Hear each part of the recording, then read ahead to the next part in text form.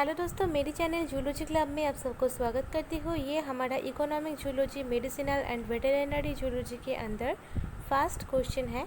हमारा टुडेज जो टॉपिक है वो है लेशमैनिया डोनोवानी। तो हमारा फर्स्ट क्वेश्चन है, give the idea about life cycle of Leishmania donovani. मतलब लेशमैनिया डोनोवानी का जो लाइफ साइकिल है उसके बारे में अब हम डिटेल पे जानेंगे। तो शुरू करते हैं। यहाँ पे लेशमैनिया डोनोवानी का लाइफ साइकिल का पिक्चर दिया हुआ है। अब चाहे तो इस पिक्चर का एक स्क्रीनशॉट ले लीजिए।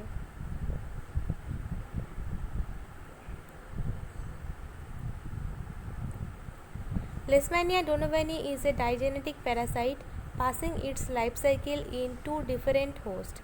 ये जो लेशमैनिया डोनोवानी है ये एक डाइजेनेटिक पैरासाइट है जो इसका लाइफ साइकिल 2 होस्ट के अंदर कंप्लीट करते हैं। First type of host is definitive host. In humans, the metacyclic promastigotes are injected by sandfly through the skin during its blood meal. Mainly, human के अंदर ये जो डिजीज़ होता है वो कैसे स्प्रेड होता है? जब एक इन्फेक्टेड ब्लड सकिंग सैंडफ्लाई एक हेल्दी पर्सन को बाइट करते हैं, तब ये जो मेटासाइक्लिक प्रोमास्टिगोट होता है वो एक हेल्दी ह्यूमन के बॉडी के अंदर घुस जाते हैं। When sandfly bites using its proboscis it ejects the parasites that are stored inside the hollow tube. जब एक सैंडफ्लाई एक हेल्दी पर्सन को बाइट करते हैं तब सैंडफ्लाई का जो प्रोबोसिस होता है उसके अंदर जो हॉलो ट्यूब होता है वहाँ पे ये जो पैरासाइट होता है वो स्टोर्ड होता है और बाइटिंग के टाइम पे ये जो पैरासाइट होता है वो बॉडी के अंदर इजेक्ट हो जाते हैं।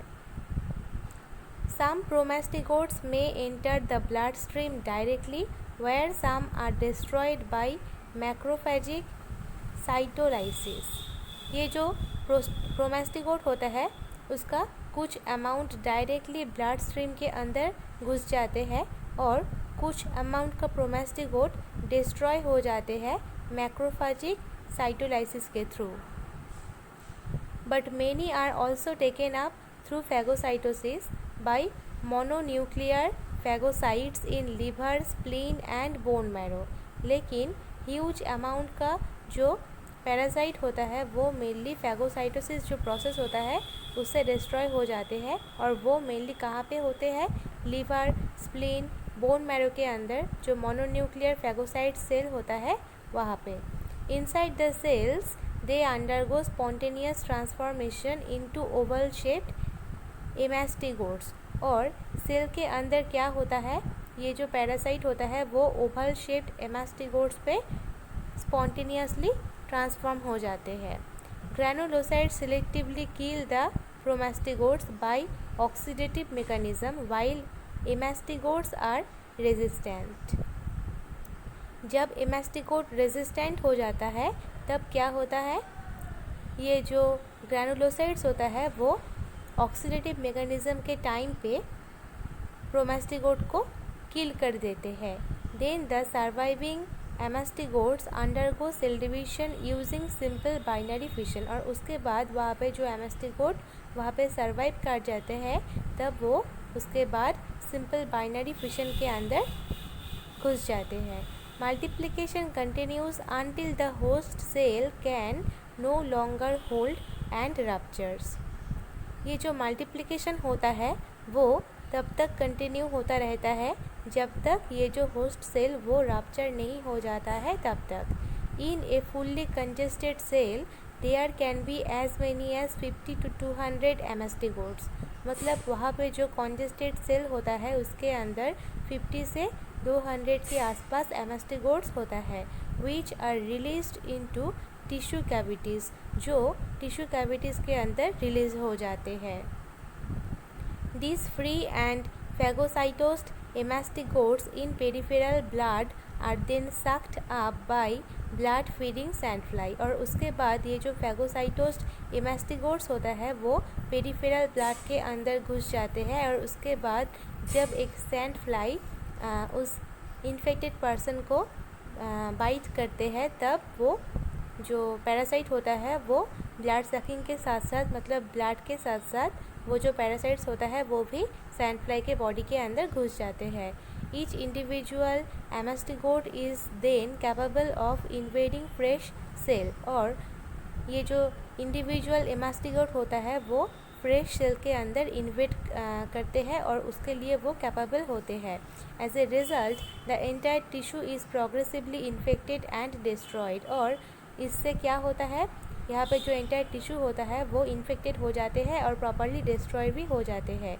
A number of free amastigotes then enters the blood stream, और उसके बाद यहाँ पे जो फ्री एमास्टिगोट्स होता है वो ब्लड स्ट्रीम के अंदर इंटर हो जाते हैं, मतलब घुस जाते हैं।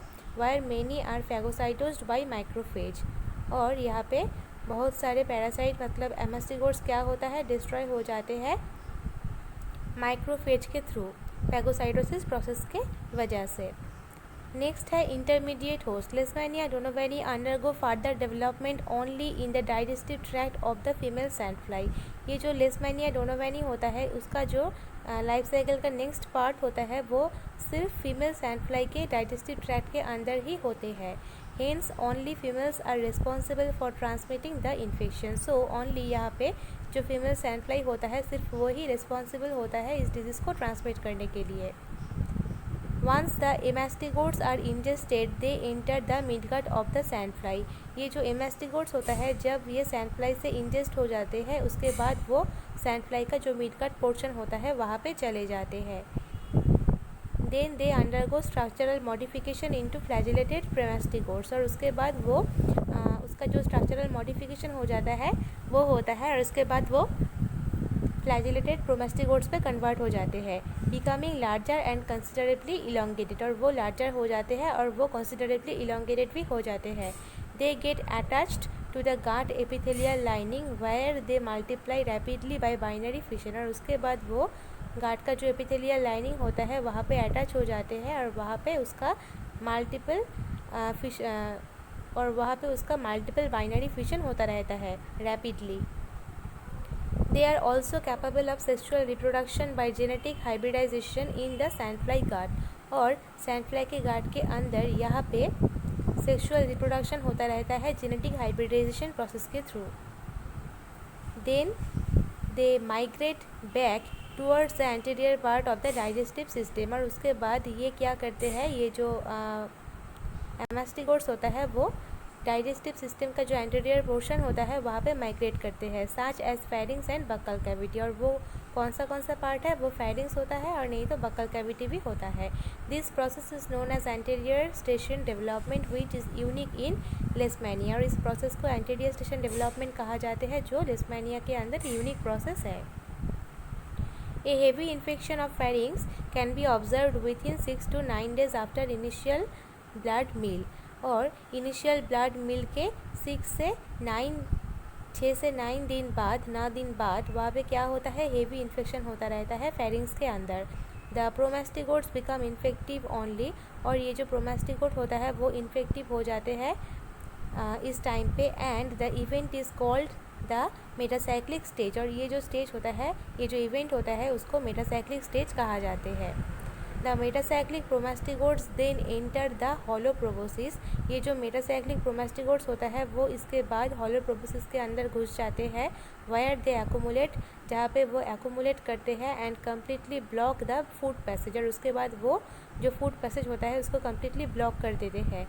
Immediately upon biting a human, और उसके बाद वो जो एक मैन को बाइट करते हैं, द पैरासाइट्स आर रिलीज्ड, उसके बाद वो जो पैरासाइट्स होता है सैंडफ्लाई के बॉडी के अंदर वो रिलीज़ हो जाते हैं, विच इनवेरिएबली रिजल्ट इन इन्फेक्शन, और उसके वजह से क्या होता है, वो जो हेल्दी पर्सन को ये सैंडफ्लाई बाइट करते हैं वो हेल्दी पर्सन इन्फेक्टेड हो जाते हैं। The stages of development in sandfly can be described as follows, ये जो स्टेजेस ऑफ डेवलपमेंट होता है इस पैथोजन का सैंडफ्लाई के बॉडी के अंदर, उसके बारे में हम जानेंगे। एट फर्स्ट क्या होता है, soon after entering the gut the amastigotes get coated with peritrophic matrix, मतलब ये जो सैंडफ्लाई के गाट होता है उसके अंदर घुस जाने के बाद ये जो एमास्टिगोट्स होता है वो खुद को कोटेड कर लेते हैं पेरिट्रॉफिक मैट्रिक्स के through, which is composed of chitin and protein complex, जो मेनली काइटिन और प्रोटीन कॉम्प्लेक्स से कंपोज्ड होते हैं। This protects the parasites from the digestive enzymes of the host. और ये क्या करते हैं, इस टाइप ऑफ कवर ये मेनली उस पैरासाइट को प्रोटेक्ट करते हैं, क्योंकि होस्ट के बॉडी के अंदर जो डाइजेस्टिव एंजाइम होता है गाट पे, अगर यहाँ पे इस टाइप ऑफ कवर नहीं हो तो वो जो पैरासाइट होता है वो डाइजेस्टिव एंजाइम के थ्रू वहाँ पे डाइजेस्ट हो सकते हैं। इसको प्रिवेंट करने के लिए ही वहाँ पे ये इस टाइप ऑफ काइटिन का जो कवर होता है उसको खुद के आसपास कवर कर लेते हैं। Next, the amastigotes travel as far as the abdominal midgut. और इसके बाद ये जो इमेस्टिगोट्स होता है वो एब्डोमिनल मिडगार्ड पे ट्रैवल करते हैं and fast transform into a weakly motile procyclic promastigotes. और उसके बाद वो प्रोसाइक्लिक प्रोमेस्टिगोट्स पे ट्रांसफ़र हो जाते हैं 1 से 3 दिन के बाद। The young promastigotes secrete a neuropeptide that stop peristalsis of the gut। ये जो यंग प्रोमेस्टिगोट्स होता है वो एक special type of neuropeptide secrete करते हैं जो सैंडफ्लाई के बॉडी के अंदर, गार्ड के अंदर जो पेरिस्टॉलिसिस का प्रोसेस होता है उसको स्टॉप कर देते हैं। The surface lipophosphoglycan of the promastigote serves as an attachment to the gut epithelium. यहाँ पे जो लाइपोफॉस्फोग्लाइकन का सरफेस होता है वो ही मेनली प्रोमेस्टिगोट को सर्व करते हैं मॉस्क्विट सैंडफ्लाई का गार्ड का जो एपिथेलियम होता है वहाँ पे अटैचमेंट करने के लिए। This factors prevent the expulsion of promastigotes during excretion of the insect. और ये जो फैक्टर्स होता है वो ही मेनली प्रिवेंट करते हैं प्रोमेस्टिगोट्स का जो एक्सपल्शन होता है उसको insect during excretion of the insect. मतलब जब वो जो इंसेक्ट होता है वो एक्सक्रीशन करते हैं, मतलब इंसेक्ट मतलब यहाँ पे जो सैंडफ्लाई होता है जब वो एक्सक्रीशन करते हैं उस टाइम पे ये जो फैक्टर होता है वो प्रिवेंट करते हैं। क्या प्रिवेंट करते हैं? प्रोमेस्टिगोट्स का जो एक्सपल्शन होता है उसको प्रिवेंट करते हैं। During 4 to 7 days the peritrophic matrix is degraded by the cavity of the chitinases. मतलब यहाँ पे 4 से 7 डेज़ के बाद जो पेरिट्रॉफिक मैट्रिक्स होता है यहाँ पे वो डिग्रेड हो जाते हैं। This release the more actively motile nectomonad promastigotes. और उसके बाद वहाँ से मोर एक्टिवली मोटाइल नेक्टोमैंड प्रोमेस्टिगोट्स वहाँ से रिलीज़ हो जाते हैं और वो माइग्रेट करते हैं एंटीरियरली, जब तक वो थोड़ा से गार्ड के जो ओपनिंग होता है वहाँ पे नहीं पहुँच जाते हैं तब तक। Another transformation takes place by which they turn into leptomonad promastigotes। और वहाँ से जो ट्रांसफॉर्मेशन होता है उस ट्रांसफॉर्मेशन के बाद वो प्रॉपरली लेप्टोमोनाड प्रोमेस्टिगोट्स पे कन्वर्ट हो जाते हैं। This are fully motile and capable of binary fission. ये फुल्ली मोटाइल होता है वो उसके साथ साथ बाइनरी फिशन में भी कैपेबल होते हैं। Multiplication and migration towards thoracic Midgard cause congestion of the pharynx and buccal cavity. ये जो मल्टीप्लिकेशन होता है और ये जो माइग्रेशन होता है वो क्या करते हैं, थोरेसिक मिडगार्ड्स के अंदर जो माइग्रेशन होता है वो क्या करते हैं, वो फेरिंग्स और बक्कल कैविटी के अंदर जो कॉन्जेशन होता है उसको क्रिएट करते हैं। Here they secrete promastigote secretory gel. और यहाँ पे वो प्रोमेस्टिगोट सेक्रेटरी जेल मतलब PSG सीक्रेट करते हैं, which is composed of soluble acid phosphatase and phosphoglycoprotein. जो किससे कंपोस्ट करने से तैयार होता है, वो मेनली सॉल्यूबल एसिड फॉस्फेटेस और उसके साथ साथ फॉस्फोग्लाइकोप्रोटीन के कॉम्बिनेशन से वो तैयार होते हैं। ये जो PSG होता है वो तैयार होते हैं। After 6 to 9 days the promastigotes become metacyclic. और उसके 6 से 9 दिन बाद वो जो प्रोमेस्टिगोट होता है वो मेटासाइक्लिक हो जाते हैं। Some are also transformed into non replicating promastigotes. और उसके बाद वहाँ से कुछ प्रोमेस्टिगोट नॉन रेप्लिकेटिंग प्रोमेस्टिगोट्स पे ट्रांसफॉर्म हो जाते हैं, विच ऑल्सो बिकम मेटासाइक्लिक। और वो भी मेटासाइक्लिक हो जाते हैं।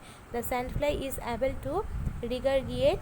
ये जो सैंडफ्लाई होता है वो रिगर्गिएट करने के लिए एबल हो जाते हैं and eject the parasites from its proboscis with the help of PSG when it bytes. और ये क्या करते हैं, ये इसके अंदर जो पैरासाइट होता है उसको इजेक्ट कर देते हैं प्रोबोसिस के थ्रू। और किसके हेल्प से? PSG का हेल्प से बाइटिंग करने के टाइम पे। ये हमारा सेकंड क्वेश्चन है, पैथोजेनेसिटी ऑफ लेशमैनिया डोनोवेनी। तो ये भी एक बहुत इंपॉर्टेंट टॉपिक है, तो शुरू करती हूँ। The incubation period, that the period between the time of the initial infection and the appearance of clinical symptoms, generally varies from 3 to 6 months, but in certain cases it may exceed up to 2 years। मतलब ये जो incubation period होता है, मतलब जब ये यहाँ पे इनिशियल इन्फेक्शन होता है तब से जब तक क्लिनिकल सिम्टम्स वहाँ पे अपीयरेंस नहीं हो जाता है तब तक इसके अंदर जो टाइम होता है वो नेचुरली 3 से 6 मंथ्स के आसपास होता है। लेकिन कुछ केस पे ये भी होता है क्या, उसके लिए वहाँ पे 2 साल की उससे भी ज़्यादा टाइम लग जाते हैं। लेशमैनिया डोनोवेनी कॉजेज द डिजीज़ काला जर और विसरल लेशमैनियासिस विथ फॉलोइंग कैरेक्टरिस्टिक्स। ये जो लेशमैनिया डोनोवेनी पैरासाइट होता है वो मेनली जो डिजीज़ को क्रिएट करते हैं उसको काला जर और नहीं तो विसरल लेशमैनियासिस कहा जाते हैं। और उसका जो कैरेक्टरिस्टिक्स होता है उसके बारे में अब हम जानेंगे। First is pyrexia, continuous and discontinuous fever during initial phase of the disease, waves of pyrexia may follow later on। मतलब यहाँ पे कंटिन्यूस और डिसकंटिन्यूस फीवर होते रहते हैं इनिशियल फेज पे, और यहाँ पे पायरेक्सिया का वेव्स भी होते रहते हैं लेटर स्टेज पे। Next is splenic enlargement, the spleen shows various degrees of enlargement. यहाँ पे जो स्प्लिन का एनलार्जमेंट होता है उसका वेरियस डिग्री होता है। इन सर्व इन्फेक्शन स्प्लिन में extend well below the level of the umbilicus. और यहाँ पे जो स्प्लिन का एक्सटेंड होता है, इसका जो एनलार्जमेंट होता है उसका जो लेवल होता है वो अम्बिलिसस से भी लो होता है। The capsule covering spleen is often thickened due to perisplenitis। मतलब यहाँ पे जो स्प्लीन होता है वो एक स्पेशल टाइप ऑफ कैप्सूल से कवर्ड होते हैं और वो थिकेंड होता है क्योंकि यहाँ पे पेरिस्प्लेनिटिस ये जो डिजीज़ होता है इसके टाइम पे ये होता है। Liver enlargement, liver is less frequently enlarged than the spleen in kala azar. ये जो कालाजार डिजीज़ होता है इसके टाइम पे जो स्प्लीन का एनलार्जमेंट होता है उससे थोड़ा सा लिटिल अमाउंट का एनलार्जमेंट होता है लीवर के अंदर। The Kupffer cells are greatly enlarged both in size and number as their cytoplasm get packed with the parasite. मतलब यहाँ पे लीवर के अंदर जो कुफर सेल होता है उसका जो साइज़ होता है वो भी एनलार्ज होते हैं ग्रेटली, और उसके साथ साथ इसका जो क्वांटिटी का मतलब इसका जो नंबर होता है वो भी बहुत अच्छे से बहुत रैपिडली उसका अमाउंट भी ग्रो करते हैं। और उसके अंदर जो साइटोप्लाज्म होता है उसके अंदर वो जो पैरासाइट होता है वो भी पैक्ड कंडीशन पे रहते हैं। Normally jaundice does not appear in kala-azar unless liver is greatly damage. जब तक यहाँ पे कालाजार डिजीज़ के अंदर लीवर प्रॉपरली बहुत ज़्यादा डैमेज नहीं हो जाता है तब तक यहाँ पे जॉन्डिस जो सिम्टम होता है वो नहीं होता है। Changes in bone marrow, Leishmania infection causes hyperplasia. मतलब ये जो लेशमैनिया होता है इन्फेक्शन के अंदर वो हाइपरप्लासिया क्रिएट करते हैं and profound disturbance in the haemopoietic activities. और वहाँ से क्या होते हैं, वहाँ पे हेमोपोएटिक एक्टिविटीज़ होता है बोन मैरो के अंदर। ल्यूकोपिनिया जिसको न्यूट्रोपिनिया भी कहा जाते हैं and monocytosis occurs which reduces the resistance of the body against other infection. और ये जो ल्यूकोपिनिया होता है मतलब ये जो न्यूट्रोपिनिया और जो मोनोसाइटोसिस होता है वो क्या करते हैं, बॉडी का जो रेजिस्टेंस पावर होता है उसको रिड्यूस कर देते हैं, इसलिए उसको वो जो पेशेंट होता है उसको कुछ अदर इन्फेक्शंस भी होता है। Skin, in kala-azar patient the skin over the entire body become dry, rough, harsh and often darkened. ये जो कालाजार डिजीज़ होता है इससे क्या होता है, पेशेंट का जो स्किन होता है वो ड्राई हो जाते हैं, रफ हो जाते हैं, हार्श हो जाते हैं और ऑफन डार्केंड भी हो जाते हैं। The hair tends to be brittle and fall out. ये जो हेयर होता है वो ब्रिटल हो जाते हैं और वो गिर जाते हैं, मतलब झड़ जाते हैं। इन फ्यू केसेस क्यूटेनियस लेसियंस में अपीयर, और कुछ टाइम पे वहाँ पे क्यूटेनियस लेसियंस भी होते हैं। Anaemia in kala azar, profound anaemia may occur in kala azar. The possible reason for this is haemolysis and destruction of RBCs in the spleen of the patient. मतलब यहाँ पे क्या होता है, कालाजार डिजीज़ के अंदर जो आरबीसी होता है उसका डिस्ट्रक्शन हो जाते हैं और हेमोलाइसिस भी होता है पेशेंट के स्प्लीन के अंदर, इसको ही एनीमिया कहा जाते हैं। Next is changes in lymph nodes, the lymphatic glands are frequently enlarged. यहाँ पे जो लिम्फेटिक ग्लैंड होता है वो एनलार्ज्ड हो जाते हैं। Parasites have been observed in the lymph nodes from cases occurring in China and Mediterranean. और ये जो पैरासाइट्स होता है वो लिम्फ नोड्स के अंदर भी रहते हैं और उसको मेनली चाइना और मेडिटेरेनियन जो एरिया होता है वहाँ पे अगर ये डिजीज़ होता है तो इस टाइप ऑफ सिम्टम वहाँ पे ज़्यादा दिखे जाते हैं। Changes in intestinal lesions in Kala-Jar patients may appear as a secondary infection. ये जो secondary infection होता है ये क्या होता है, पेशेंट का जो इंटेस्टिनल लेसियंस होता है वो भी अफेक्टेड हो जाते हैं। ये हमारा थर्ड क्वेश्चन है, treatment of the disease caused by Leishmania donovani. Treatment, the conventional treatment method is an intravenous injection. ये जो कन्वेंशनल ट्रीटमेंट मेथड होता है वो क्या होता है, इंट्रावेनस इंजेक्शन होता है। और ये जो इंजेक्शन होता है वो बहुत ज़्यादा हार्मफुल होता है और पॉइजनस होता है, इसलिए ये जो ट्रीटमेंट होता है वो ज़्यादा से ज़्यादा पेशेंट ये इसको सहन नहीं कर सकते हैं, इसलिए ये जो ट्रीटमेंट होता है इससे 15% पेशेंट टोटली मर जाते हैं। According to rough estimates about 40% of the patient in India are already resistant to this therapy. और रफ एस्टिमेट से ये कहा जाते हैं क्या, इस डिजीज़ के अंदर अगर जब ये ट्रीटमेंट को वहाँ पे अप्लाई किए जाते हैं तो 40% जो लोग होता है वो इस ट्रीटमेंट को सहन कर सकते हैं, लेकिन 15% जो लोग होता है वो इस ट्रीटमेंट को सहन नहीं कर सकते हैं, इसलिए वो मर जाते हैं। Another antimicrobial drug amphotericin B is also commonly used. और यहाँ पे कुछ अनदर एंटीमाइक्रोबियल ड्रग भी यूज़ किए जाते हैं, वो है amphotericin B. Liposomal amphotericin B has been a drug of choice in India. ये जो लाइपोसोमल एम्फोटेरिसिन बी होता है वो इंडिया का एक स्पेशल टाइप ऑफ चॉइस होता है, but is practically useless in Africa because of low effectiveness in the African strain of the parasite. ये इंडिया पे ये जो डिजीज़ का मेडिसिन होता है वो यूज़फुल होते हैं, लेकिन ये जो अफ्रीका का जो पैरासाइट्स होता है उसका जो स्ट्रेन होता है उसके ऊपर ये जो ड्रग होता है वो अफेक्ट नहीं करते हैं। Further, amphotericin B has served adverse effects. Its acute effects includes nausea, vomiting, rigors, fever, hypertension, hypotension and hypoxia, and its chronic effect is nephrotoxicity। मतलब ये जो एम्फोटेरिसिन बी होता है इसका कुछ एडवर्स इफेक्ट्स भी होता है, मतलब ये जो ड्रग होता है मेडिसिन होता है ये लेने से पेशेंट का nausea, vomiting, rigors, fever, hypertension, hypotension, hypoxia, chronic effect, इस टाइप ऑफ जो सिम्टम्स होता है, इस टाइप से जो साइड इफ़ेक्ट्स होता है वो भी हो सकते हैं। This was the first time an oral drug is effective for visceral leishmaniasis. Visceral leishmaniasis के लिए ये ही एक special type of fast oral drug medicine होता है। Clinical trials showed that the new drug is relatively harmless. Clinical trial से ये कहा जाते हैं क्या ये जो ओरल ड्रग होता है, ओरल मेडिसिन होता है वो रिलेटिवली हार्मलेस होता है पहले से। The most adverse effect were only vomiting and diarrhoea. और यहाँ से जो साइड इफ़ेक्ट होता है वो सिर्फ वोमिटिंग और डायरिया ही होता है, और वो सब पेशेंट के अंदर नहीं होता है, वो सिर्फ 20 से 28% पेशेंट के अंदर ही इस टाइप ऑफ सिम्टम्स, इस टाइप ऑफ साइड इफ़ेक्ट होता है, विच वेयर रैदर माइल्ड। वो इसका जो रेट होता है वो बहुत माइल्ड होता है। हमारा जो फोर्थ क्वेश्चन है वो है structure of Leishmania donovani. Structure, Leishmania donovani is a unicellular eukaryotic having a well defined nucleus and other cell organelles including a kinetoplast and a flagellum. ये जो लेशमैनिया डोनोवेनी होता है वो एक यूनिसेलुलर यूकैरियोटिक ऑर्गेनिजम्स होता है जिसके अंदर एक वेल डिफाइंड न्यूक्लियस और कुछ अदर सेल ऑर्गेनेल्स भी होता है, और जिसके अंदर काइनेटोप्लास्ट और फ्लैजेलम भी होते हैं।